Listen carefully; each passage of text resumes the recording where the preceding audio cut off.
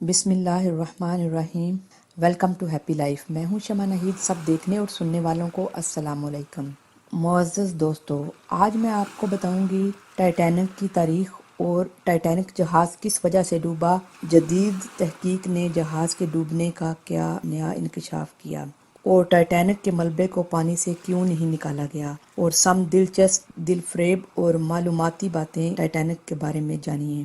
دوستو، اگر آپ اس چینل پر نئے ہیں تو اس چینل کو سبسکرائب ضرور کر لیں اور بیل آئیکن پر ضرور کلک کریں تاکہ ہر آنے والی انفارمیٹیو ویڈیو آپ کو آسانی سے مل سکے۔ معزز دوستو، ٹائٹینک 108 سال پہلے سمندر میں ڈوب گیا۔ ٹائٹینک میں 2223 پیسنجرز سوار تھے، ان میں بہت سی خواتین بھی تھیں اور 109 بچے بھی تھے۔ ٹائٹینک دنیا کے سب سے بڑے بحری حادثے کا شکار ہوا۔ اس میں 1500 سے زیادہ لوگ ہلاک ہو کر موت کے منہ میں چلے گئے۔ 1912 میں یہ حادثہ ہوا۔ اس حادثے کو ہوئے ایک صدی سے بھی زیادہ ہو گیا ہے۔ اس کے مالک ڈراوٹے اسمے نے کہا کہ ٹائٹینک دنیا کا واحد جہاز ہے جو کبھی ڈوب نہیں سکتا، اور اس جہاز کو اللہ بھی نہیں ڈوبو سکتا، نعوذ باللہ، لیکن یہ جہاز اپنے پہلے ہی سفر میں ڈوب گیا۔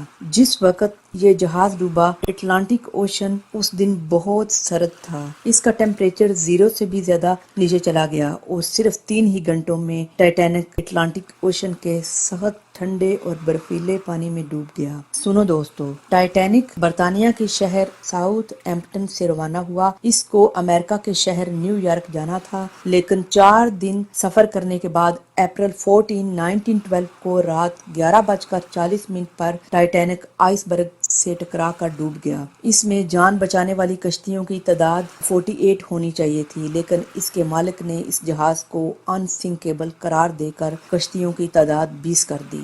یہ حادثے میں پیسنجرز کو بچانے کے لیے انف نہیں تھی، اس لیے 1500 سے زیادہ لوگ موت کے منہ میں چلے گئے۔ دوستو، ٹائٹینک بنانے میں بڑا پائیدار مٹیریل استعمال کیا گیا تھا اور 300 ورکر نے اس کی تعمیر میں حصہ لیا۔ اس کی تعمیر میں 2 سال 2 مہینے لگ گئے۔ 108 سال پہلے اس وقت یہ دنیا کا سب سے پہلا بحری جہاز تھا جس میں سوئمنگ پول، جمنیزیم، لائبریری اور دیگر تفریحات کے مقامات تھے۔ ٹائٹینک کے پہلے سفر کے لیے فرسٹ کلاس کا کرایہ $4500 تھا اور تھرڈ کلاس کا کرایہ $30 تھا۔ اس کی تھرڈ کلاس بھی دوسرے جہازوں کے مقابلے میں فرسٹ کلاس سے بھی زیادہ اچھی تھی۔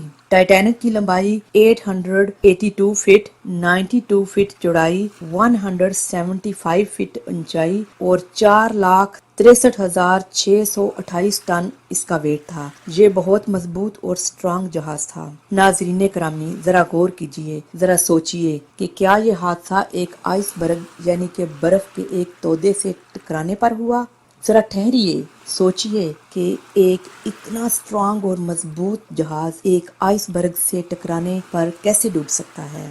سنو دوستو، سائنٹسٹ نے یہ بات ایکسپٹ نہ کی اور اس کے بارے میں تحقیقات شروع کر دیں۔ مسٹر سینون میلونی جو 30 ایئر سے اس پر تحقیق کر رہا تھا، اس نے اپنی تحقیق کے بعد ایک نیا انکشاف کیا۔ اس کا کہنا تھا کہ جہاز کے ساتھ ہونے والا حادثہ صرف ایک آئس برگ نہیں تھا۔ اس کا کہنا تھا جس دھات سے جہاز تیار کیا گیا تھا وہ مڈل میں بہت کمزور ہو گئی تھی، کیونکہ اس میں 3 ہفتے سے آگ جل رہی تھی اور عملے کو اس کی خبر نہ ہوئی، اور سائنٹسٹ کہتے ہیں کہ جلنے کے بعد یہ دھات 75% کمزور ہو جاتی ہے۔ یہی وجہ تھی کہ ٹائٹینک کے آئس برگ سے ٹکرانے کے بعد اس کے درمیانی حصے میں 300 فٹ کا شگاف پڑ گیا اور یہ 2 حصوں میں تقسیم ہو گیا۔ یہ حادثہ صرف آئس برگ سے ٹکرانے پر نہیں ہوا، ماہرین کی نیو ریسرچ نے دنیا کو حیرت میں ڈال دیا۔ سنو دوستو، ٹائٹینک کا حادثہ پیش آنے سے پہلے ایک سمال بحری جہاز بھی اٹلانٹک اوشن میں سفر کر رہا تھا۔ اس نے ٹائٹینک کے کپتان کو 6 دفعہ ایک بڑے آئس برگ کے متعلق بتایا۔ جہاز کے کیپٹن نے اس کے 6 دفعہ کے پیغامات کو نظر انداز کر دیا۔ ٹائٹینک کے کیپٹن نے کہا، یہ انسنکیبل جہاز ہے، یہ ڈوب نہیں سکتا۔ ناظرین گرامی، ٹائٹینک 25 مائل پر آور کے حساب سے سفر کر رہا تھا۔ آئس برگ یعنی کہ برفانی تودے کی خبر کیپٹن عصمت کو اس وقت ہوئی جب جہاز اس کے انتہائی قریب پہنچ گیا۔ ٹائٹینک کے کیپٹن نے پوری طاقت سے جہاز کو موڑنے کی کوشش کی، مگر جہاز کی رفتار زیادہ تھی اور فاصلہ بہت کم تھا۔